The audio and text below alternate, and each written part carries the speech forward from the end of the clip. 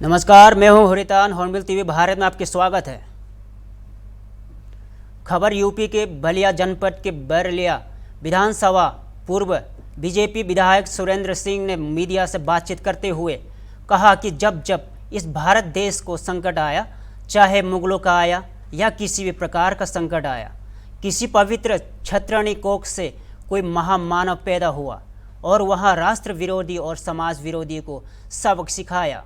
इस देश को ज़रूरत पड़ी तो राम को भी पैदा किया किसी छत्रनी की कोख से। महाराणा प्रताप की जब इस देश को ज़रूरत पड़ी थी तो किसी छत्रनी की कोख से ही पैदा हुए, और औरंगजेब को किसी ने मिट्टी में मिलाया तो वहाँ छत्रनी की कोख से पैदा शिवाजी महाराज ने किया। और कहा कि प्रजातांत्रिक भारत में उत्तर प्रदेश में जहाँ मुख्तार अंसारी, आतिक अहमद, शहाबुद्दीन को भी किसी ने मिट्टी में मिलाया तो छत्रणी कोख से पैदा मुख्यमंत्री योगी आदित्यनाथ ने किया। और भारत पाकिस्तान युद्ध को लेकर कहा कि देश में मोदी जैसा सांध बैठा है तो पाकिस्तान का अंत तय है। जयंती विराज जुलूस में भी आप आए हुए थे, क्या कहेंगे इस अवसर पर? देखिए पत्रकार जी, आज मेरा ये सौभाग्य है कि मैं आज महाराणा प्रताप जयंती के अवसर पर पूरे बलिया जनपद में 3 जगह मुझे उपस्थित होने का सौभाग्य प्राप्त होगा। मैं निश्चित रूप से सौभाग्यशाली अपने को इसलिए मानता हूँ सभी लोगों। महाराणा प्रताप एक ऐसा शौर्य, एक ऐसा पराक्रम व्यक्तित्व जो दुनिया में ऐसा व्यक्ति न पैदा हुआ, न शायद भविष्य में कोई पैदा हुआ। राजघराने में पैदा होने के बाद भी जिसने भारत की अस्मिता और स्वाभिमान की रक्षा करने के लिए सब कुछ न्यौछावर कर देने का साहस यदि किसी व्यक्तित्व में था तो महाराणा प्रताप में था। और मुझे गर्व इस बात का भी है कि महाराणा प्रताप एक क्षत्रिय कुल में पैदा हुआ महामानव थे, राष्ट्रभक्त थे, राष्ट्रपुरोधा थे। और जब जब इस देश पर संकट हुआ, मैं तो ऐसा संयोग कहूँगा, भगवान का कृपा कहूँगा, भारत भूमि की मैं विशेष कृपा कहूँगा कि जब जब भारत पर, देश पर संकट आया, चाहे मुगलों का संकट आया, चाहे किसी भी प्रकार का संकट आया, समाज पर संकट आया तो भी, या राष्ट्र पर संकट आया तो भी, किसी पवित्र छत्राणी कुल में ही, कोख से ही कोई महामानव पैदा हुआ और उन राष्ट्र विरोधी और समाज विरोधी लोगों को सबक सिखाया। चाहे राम से लेकर आवश्यकता पड़ा तो राम को भी पैदा किया भगवान ने इस भूमि ने, तो एक छत्राणी के कोख से। महाराणा प्रताप को भी यदि समाज देश की आवश्यकता हुई तो महाराणा प्रताप को भी भारत भूमि में पैदा किया तो एक क्षत्रिय माँ के कोख से पैदा किया। यदि औरंगजेब के क्रूर शासनकाल में भी यदि उसको मिट्टी में मिलाने का किसी ने काम किया तो छत्राणी कोख से पैदा हुआ शिवाजी ने किया। उतना ही नहीं, मैं तो प्रजातांत्रिक भारत में भी कहूंगा कि उत्तर प्रदेश में जहां मुख्तार अंसारी, अतीक अहमद और शहाबुद्दीन जैसे शैतानों का पैरेलल शासन चलता था, उनको भी मिट्टी मिलाने का सौभाग्य किसी व्यक्तित्व को प्राप्त हुआ तो छत्राणी कोख से पैदा हुआ योगी आदित्यनाथ को प्राप्त हुआ। किसी भी उत्तर प्रदेश के मुख्यमंत्री को प्राप्त नहीं हुआ।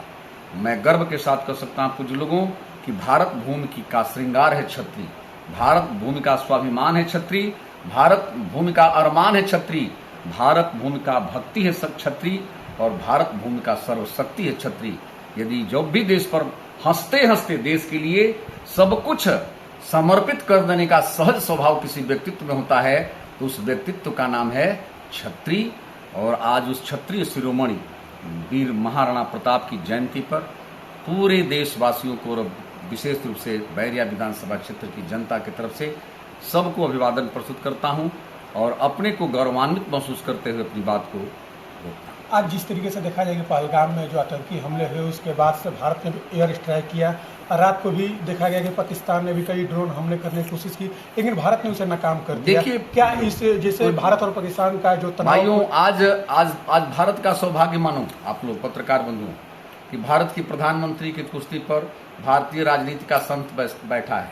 तो भारतीय राजनीति के संत के सामने पाकिस्तान जैसे शैतान का अंत होना निश्चित ही है, इसमें कोई सोचने की बात नहीं है, क्योंकि हमेशा ईश्वरीय सत्ता का सहयोग चरित्र और ईमान के साथ होता है।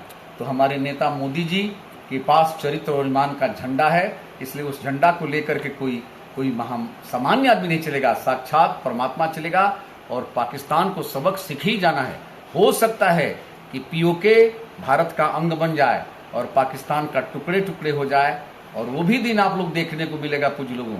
लेकिन मैं आज एक भविष्यवाणी ही कर रहा हूँ, आप लोग चैनल चला दीजिएगा कि भारत भूमि पर हिंदू राष्ट्र की भी घोषणा कोई करेगा तो हो सकता है कि वो भी धरती पर पैदा हो चुका है, और वो भी दिन आप सबको देखने को मिलेगा। पाकिस्तान का समापन और भारत में हिंदू राष्ट्र के आगमन का शुरुआत होगा। और इन्हीं शब्दों के साथ वर्तमान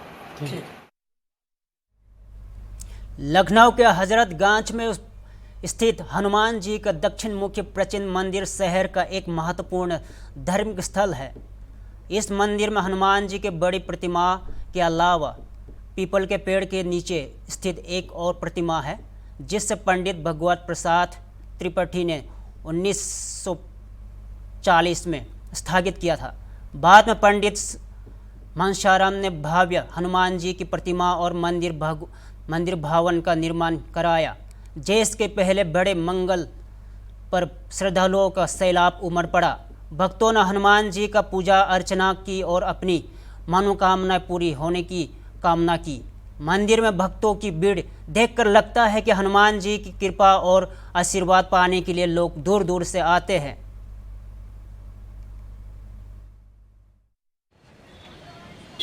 जेठ महीने की शुरुआत हो चुकी है। जेठ महीने का आज पहला बड़ा मंगल है। इस वक्त मैं हजरतगंज के दक्षिण मुखी हनुमान मंदिर पर मौजूद हूँ। आप मेरे पीछे ये तस्वीरें देख सकते हैं। सुबह से ही लोग यहाँ पर दर्शन करने के लिए आ रहे। भारी तादाद में भीड़ थी। दोपहर का वक्त हो रहा है इसलिए थोड़ी कम भीड़ हो गई। इसको लेकर आप देख सकते हैं किस तरीके से जो हनुमान जी की यहाँ लोग प्रसाद चढ़ा रहे हैं। साथ ही यहाँ पर सुबह से ही जो ये लड्डू हैं इनकी बनाने की जो तैयारी थी वो कल से ही शुरू हो गई थी। और देख सकते हैं किस तरीके से अलग अलग जो बेसन की जो लड्डू हैं वो अलग अलग तरीके से बनाए गए हैं। और साफ तौर पर यहाँ पर नगर निगम की टीम की तरफ से भी तैयारियाँ की गई, साफ सफाई की व्यवस्था की गई है। साथ ही नगर निगम की तरफ से यहाँ पर जलकल की भी पानी की व्यवस्था करी गई है। आप देख सकते हैं किस तरीके से नगर निगम की जो टीम है वो यहाँ पर साफ सफाई की व्यवस्था कर रही, क्योंकि इसको लेकर जिस तरीके से नगर निगम ने बैठक करके साफ निर्देश दिया था कि जितने शहर भर में जितने बड़े मंगल होंगे, भंडारे का आयोजन होगा, उसको लेकर विशेष तौर पर ध्यान दिया जाएगा। इसीलिए यहाँ पर अलग अलग जो भंडारे आयोजित किए गए शहर भर में, वहाँ पर जो कूड़े की साफ सफाई की व्यवस्था और पानी की व्यवस्था और जल का छिड़काव है वो यहाँ पर किया जा रहा है। इन लोगों से बात करेंगे कि आप लोग कब से दुकान लगाए हैं, क्या कहना चाहेंगे भाई साहब? आपने ये बेसन के लड्डू इस बार कितने किलो बनाए हैं आप लोग? अरे भैया इस बार बड़े मंगल को देखते हुए काफ़ी मात्रा में लड्डू बनाए गए हैं। कितने साल से आप यहाँ पर दुकान लगा रहे हैं? बड़े मंगल पे कितने घंटे तक आप लोग दुकान खोलते हैं? भैया बड़े मंगल में तो कम से कम 24 घंटे तक दुकान हो जाती है। कल रात से मंदिर बंद नहीं हुआ। पैकरमा वाले रात में पैकरमा करने के लिए आते हैं बजरंगबली की, और 24 घंटे लगभग हो चुके हैं। सबसे ज़्यादा किस चीज़ का भोग चढ़ता है? ज़्यादातर लोग बेसन के लड्डू का भोग चढ़ाते हैं। तो बिल्कुल आप देख सकते हैं कि जो यहाँ पर दुकानें लगी हैं वो 24 घंटे से दुकानें खुली हैं। और यहाँ पर जो बेसन के जो लड्डू चढ़ाए जाते हैं उसको लेकर यहाँ पर अलग अलग तरीके से बनाए गए हैं। साफ तौर पर ये तस्वीरें देख सकते हैं किस तरीके से जेठ मंगल में बड़े मंगल पहला बड़ा मंगल है, और इसको लेकर शहर भर में अलग अलग जगहों पर भंडारे भी कराए जा रहे हैं। वीडियो जर्नलिस्ट अनिल सैनी के साथ निहाल पांडे, हॉर्नबिल टीवी, लखनऊ। खबर यूपी के बलिया जनपद के कोतवाली क्षेत्र में पत्नी के प्रेमी ने फौजी पति की निर्मम हत्या, हाथ पैर कट कर की निर्मम हत्या। हत्यारा प्रेमी ट्रक ड्राइवर के फौजी की पत्नी से अवैध संबंध, हत्या कर बोलेरो गाड़ी में ले गए थे अपने गांव खरीद में। शव का पेड़ व हाथ काट खेत में फेंका था आरोपी। अवशेष अंग को कुएं में फेंक हत्यारा ने छुपाने का प्रयास किया, जिसके बाद इलाके में मचा हड़कंप। पुलिस के लिए यहां बड़ी चुनौती। आज पुलिस मुठभेड़ में हत्यारा प्रेमी ट्रक ड्राइवर अनिल यादव गिरफ्तार। दूसरा आरोपी सतीश को पुलिस ने दोहरा कर पकड़ा। उसके पास 315 बोर का कट्टा और एक कारतूस बरामद किया गया। वही आरोपी प्रेमी अनिल यादव के पेड़ लगी गोली पैर में लगी गोली यहाँ कोतवाली थाने में बहादुरपुर का मामला है। जनपद में अपराधियों के विरुद्ध चलाए जा रहे अभियान के अंतर्गत आज कोतवाली पुलिस के द्वारा संदिग्ध व्यक्तियों एवं वाहनों की चेकिंग की जा रही थी।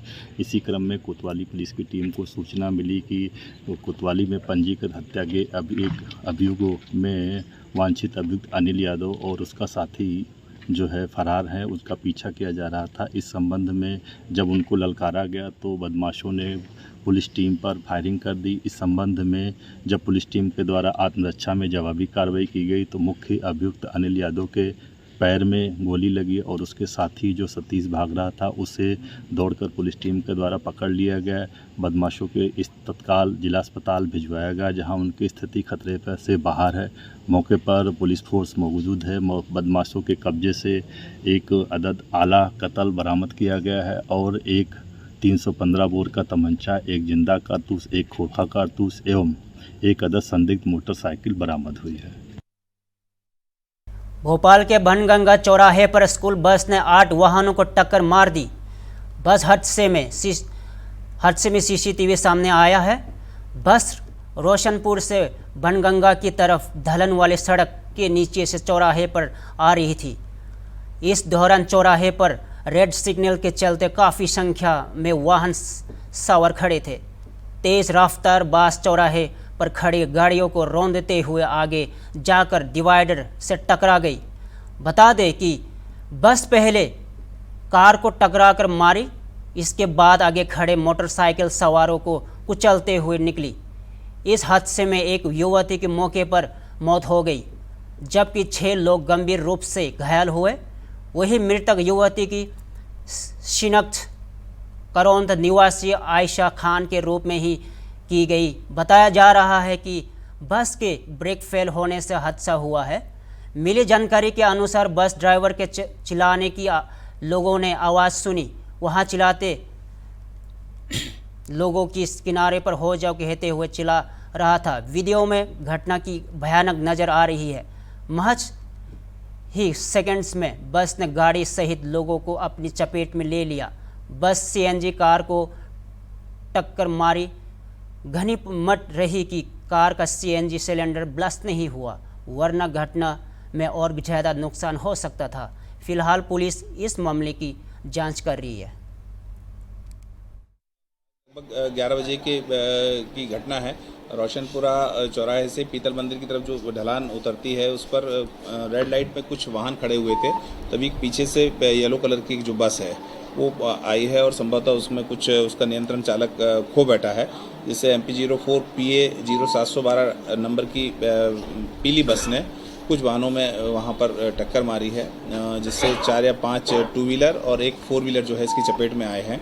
और इस वाहन दुर्घटना में एक युवती जिसका नाम आयशा खान है उसकी डेथ हो गई है और 4 या 5 लोग जो है उसमें इंजर्ड हैं, जो विभिन्न अस्पतालों में भी अपना इलाज करवा रहे हैं। इसमें FIR के लिए हमारे स्टाफ वहां गया हुआ है, जिसके हम मुकदमा कायम कर आगे की विवेचना करेंगे। आयशा कहाँ की रहने वाली, कहाँ जा रही थी, जानकारी? ये अभी तक जो जानकारी उनके परिवारजनों से मिली है, हाउसिंग बोर्ड मुल्ला कॉलोनी की रहने वाली थी तथा 1250 अस्पताल में कुछ ट्रेनी अप्रेंटिस का काम कर रही थी। आरोपी जो चालक है वो गिरफ्तार हो पाया? नहीं, अभी वो वाहन छोड़कर फरार हो गया है। वाहन हमने मौके से जब्त कर लिया। बस किसकी है सर? बस जो रजिस्ट्रेशन है वो एक स्कूल के नाम पर रजिस्टर्ड आ रहा है, लेकिन अभी वहाँ से जानकारी जब हमने ली है, उनका कहना है कि बस हम बेच चुके हैं। उनसे हम जिसने खरीदी है बस उसकी जानकारी प्राप्त कर रहे हैं। शादी से वापस आ रही थी, इससे कोई जानकारी नहीं, अभी ये ऐसी कोई जानकारी अभी हमको नहीं प्राप्त हुई कि शादी से आ रही थी। विद्यालयीन बस उस पर लिखा हुआ है और संभवतः बस में ड्राइवर ही अकेला था, बाकी ज़्यादा लोग उसमें थे नहीं। त्रिपुरा भाजपा ने सोमवार को ऑपरेशन सिंदूर के जरिए पाकिस्तान पर भारत की जीत के लिए प्रधानमंत्री नरेंद्र मोदी और भारत सशस्त्र बलों की प्रशंसा की। पार्टी प्रवक्ता सभद्र चक्रवर्ती ने कहा कि इस ऑपरेशन ने 21 में से 9 पाकिस्तानी हवाई ठिकानों को नष्ट कर दिया और मिसाइल और ड्रोन खतरों को बेअसर कर दिया, जिससे नागरिक सुरक्षा सुनिश्चित हो गई। उन्होंने कहा कि भारतीय सेना ने पाकिस्तान के भीतर कई आतंकी ठिकानों का भी नष्ट कर दिया। जैसे ही भारत के हमले तेज हुए, पाकिस्तान के डीजीएमओ ने कथित तौर पर युद्ध विराम का अनुरोध किया। चक्रवर्ती ने दावा किया कि इस ऑपरेशन में आतंकवाद के लिए पाकिस्तान के समर्थन को उजागर किया और मोदी के निर्णायक नेतृत्व में भारत के सैन्य ताकत की पुष्टि की। भारतीय जनता पार्टीर प्रदेश कार्यालये যদিও আজকের এই সাংবাদিক সম্মেলন ভারতীয় জনতা পার্টি ত্রিপুরা প্রদেশ কার্যালয় থেকে সম্বোধিত হচ্ছে, কিন্তু আজকের সাংবাদিক সম্মেলন অন্যান্য সাংবাদিক সম্মেলন থেকে একটু ব্যতিক্রমী সাংবাদিক সম্মেলন। সেই জন্য আমি ভারতীয় জনতা পার্টির কার্যকর্তা হিসেবে নই, ভারতীয় জনতা পার্টির মুখ্য প্রবক্তা হিসেবে নই, একজন গর্বিত ভারতবাসী হিসেবে আপনাদের সম্বোধন করছি। কারণ পহেলগাঁও ঘটনার পর থেকে বিগত কয়েকদিনের ঘটনাক্রম এবং ভারতীয় সৈনিকদের অসীম পরাক্রম, অদম্য সাহস ভারতবর্ষকে নতুন উচ্চতায় আজকে নিয়ে দাঁড় করিয়েছে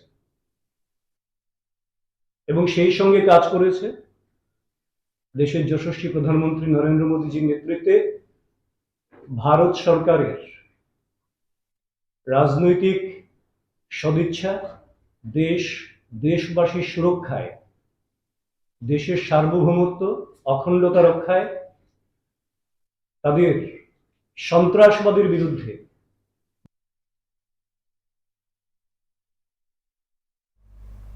प्रधानमंत्री नरेंद्र मोदी ने सोमवार को पाकिस्तान के साथ बातचीत पर भारत के दृढ़ रुख को दोहराते हुए कहा कि भविष्य में कोई भी चर्चा आतंकवाद और पाकिस्तान के कब्जे वाले कश्मीर POK तक ही सीमित रहेगी।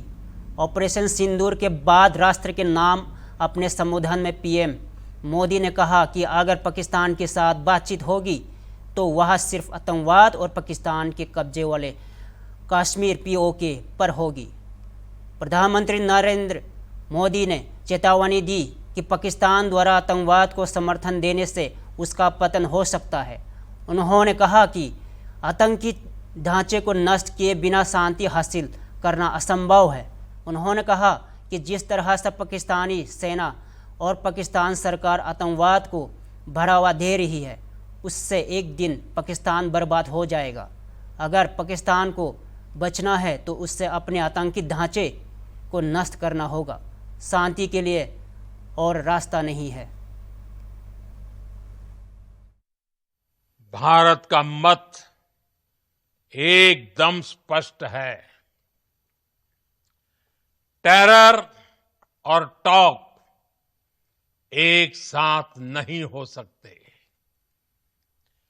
टेरर और ट्रेड एक साथ नहीं चल सकते और पानी और खून भी एक साथ नहीं बह सकता।